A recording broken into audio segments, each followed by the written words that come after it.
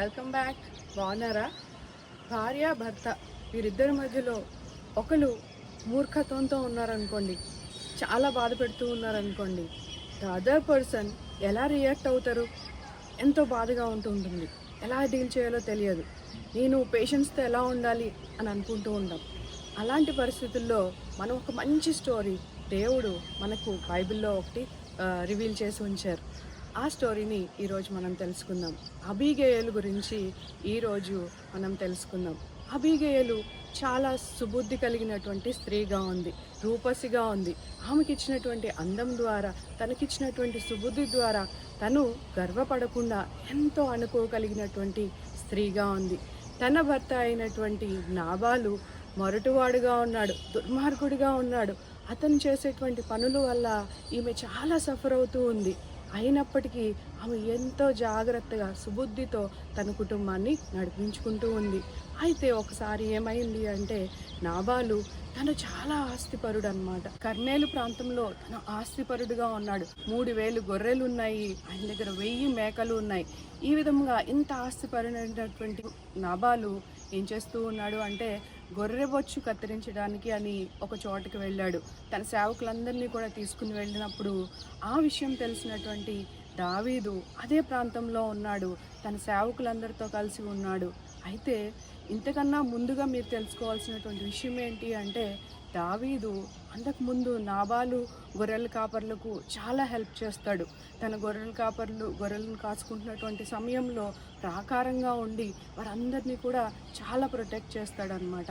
అయితే ఈరోజు నాబాలు గొర్రెల బొచ్చు కత్తిరించడానికి వెళ్ళినటువంటి సమయంలో దావీదు తెలుసుకుని అంటాడు తన దగ్గర ఉన్నటువంటి సేవకులతో, మీరు వెళ్ళి నాబాలను కలుసుకొని మాట్లాడి కుశల ప్రశ్నలు అడిగి ఆయనతో చెప్పండి దావీదు ఇక్కడే ఉన్నాడు అన్నమాట. అంటే ఫుడ్ కావాలి అని ఆ విషయాన్ని దావీదు అడుగుతూ ఉన్నాడు నాబాలును.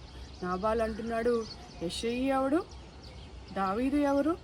యెష్షయి కుమారుడు ఎవడు అంటున్నాడు. అయితే నాబాలుకు తెలుసు కదా, మనకు ఆయన మొరటువాడని, దుర్మార్గుడని. ఆయన దావీదు అడిగినటువంటి రిక్వెస్ట్ని తను అర్థం చేసుకోకుండా వాళ్ళతో అలా మాట్లాడడంతో దావీదు సేవకులందరూ కూడా వెనుకకు తిరిగి మళ్ళీ దావీదు దగ్గరికి వెళ్ళి చెప్తూ ఉన్నారు, ఈ విధంగా జరిగింది నాబాల్ దగ్గర అన్నప్పుడు దావీదుకి చాలా కోపం వస్తుంది. అయితే తన దగ్గర ఉన్నటువంటి సేవకులందరికీ చెప్తాడు, కత్తులు తీసుకోండి, మనందరం కూడా యుద్ధానికి వెళ్ళి నాబాల్ కుటుంబాన్ని మనం హతం చేయాలి అన్నప్పుడు అందరూ కూడా రెడీ అవుతారనమాట.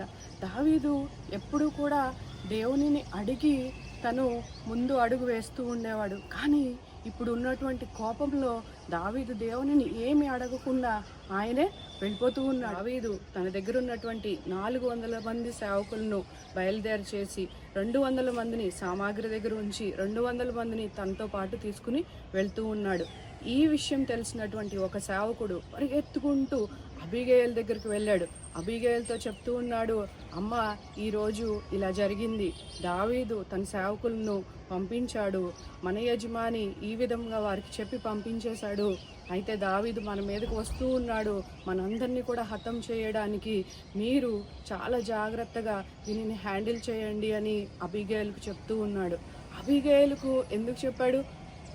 తన యజమానికి ఎందుకు చెప్పలేదు అంటే, యజమాని అర్థం చేసుకోడమ్మా, ఏ మాట వినడు, ఒట్టి పనికి మాలిన వాడు అంటూ ఉన్నాడు. బైబిల్లో ఎవ్వరి గురించి కూడా ఇంత మాటలు ఎవ్వరు కూడా అనలేదు. అలాంటిది నాబాల్ గురించి అంటూ ఉన్నప్పుడు వినినటువంటి అబీగయలు వెంటనే తను తీసుకున్నటువంటి డెసిషన్ చూడండి. ఆమె ఏమీ భయపడలేదు, కంగారు పడలేదు, నాబాల్ని ఏ విధంగా తిట్టలేదు కూడా. తను ఆలోచించింది, అయితే ఇప్పుడు ఏం చేయాలి? సమయోచితమైనటువంటి జ్ఞానం కలిగినటువంటి స్త్రీగా అక్కడ ఆలోచించింది అబీగయలు. వెంటనే ఆమె ఏం చేసింది అంటే, దావీదు అడిగింది ఏంటి?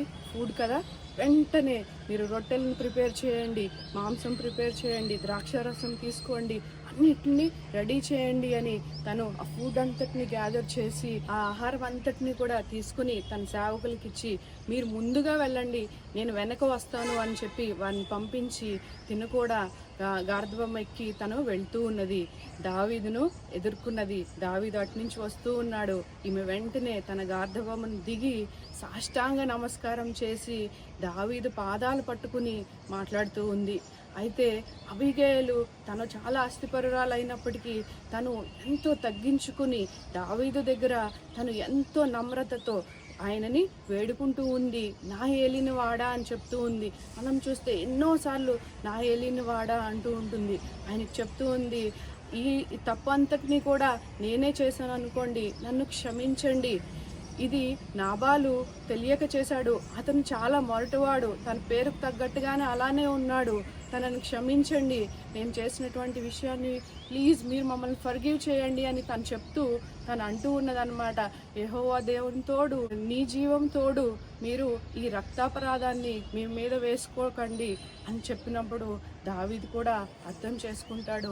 తను అంటాడనమాట, ఇశ్రాయేలీయుల దేవుడైనటువంటి యెహోవా దేవుడు నిన్ను పంపించి ఈ అపరాధం నేను చెయ్యకుండా ఆపినందుకు దేవాది దేవునికి స్తుతులు చెల్లిస్తూ ఉన్నాను అంటాడు. అయితే ఎంతో కోపంతో బయలుదేరినటువంటి దావీదు ఎంతో వీళ్ళని ఎలా అయినా సరే చంపాలి, ఈ ఇంట్లో ఉన్నటువంటి మగపిల్లలు ఎవ్వరు కూడా రేపటి దినమున లేవరు అన్నట్టుగా చంపాలి అని వచ్చినటువంటి దావీదు ఆశీర్వాదాన్ని చెప్తూ ఉన్నాడు. ఆయన చెప్తూ ఉన్నాడు, అమ్మా నువ్వు చెప్పినటువంటి విషయాలన్నింటినీ కూడా నేను అర్థం చేసుకున్నాను, నువ్వు సమాధానంతో తిరిగి వెళ్ళు అంటూ ఉన్నాడు. కోపంతో వచ్చినటువంటి ఆయనను అబీగయలు తన మాటల ద్వారా, తను చెప్పినటువంటి విషయాల ద్వారా దావీదు మనసును మార్చినట్టుగా చూస్తున్నాం. సమయోచితమైనటువంటి జ్ఞానం కలిగిన స్త్రీ, సుబుద్ధి కలిగినటువంటి స్త్రీ, సహనము కలిగినటువంటి స్త్రీగా మనకు అబీగయలు కనిపిస్తూ ఉన్నది. తన కుటుంబాన్ని రక్షించుకున్నది. ఆ విధంగా ఉన్నటువంటి అబీగయలు మరలా తిరిగి వెనక్కి ఇంటికి వచ్చిన తర్వాత చూస్తే నాబాలు త్రాగి తన మత్తులో ఉండడం కనిపించింది. తను నాబాలుతో ఏమీ మాట్లాడలేదు, అక్కడికి వెళ్ళి ఏమీ చెప్పలేదు. ఆయన ఆ రాత్రి పడుకుని నెక్స్ట్ డే తన మత్తు అంతా దిగిపోయిన తర్వాత తన దగ్గరికి వెళ్ళి చెప్తూ ఉన్నది, ఇలా జరిగింది అని. నాబాలుకు చాలా భయం వేసింది, తను చాలా భయపడ్డాడు. అయితే ఒక 10 రోజుల తర్వాత నాబాలును యెహోవా దేవుడు మొత్తినప్పుడు ఆయన చనిపోయాడు. ఈ విధముగా జరిగినటువంటి కొన్ని దినాలలో దావీదు అబీగయల్ని పెళ్లి చేసుకుందామని తను ఆలోచించినప్పుడు తన దగ్గర ఉన్నటువంటి పెద్దలను పంపిస్తాడు. అబీగయలు కూడా ఆ రిక్వెస్ట్ని తను యాక్సెప్ట్ చేసి వారితో కలిసి తను వచ్చినట్టుగా చూస్తూ ఉన్నాం. ఈ దినాలలో మనం చూసినప్పుడు భార్యాభర్తల మధ్యన ఇలాంటి క్లాషెస్ మనం చూస్తూ ఉన్నాం. ఒకరు మొరటగా జీవించడము, ఇంకొకరు ఎలా వీరితో నేను బ్రతకాలి, ఇలాంటి పరిస్థితుల్లో నేను ఎలా ఉండాలి అని అనుకున్నప్పుడు అబీగయల్ జీవితం మనకు ఒక బెస్ట్ ఎగ్జాంపుల్గా కనిపిస్తూ ఉంది. సుబుద్ధి కలిగి జీవించాలి, సమయోచితమైనటువంటి జ్ఞానం కలిగి జీవించాలి, సహనం కలిగి జీవించాలి. అలాంటప్పుడు మనం చక్కని జీవితం కలిగి ఉండగలం. దేవుడు మనకు సహాయం చేస్తాడు, మన కుటుంబాలను ముందుకు నడిపిస్తాడు.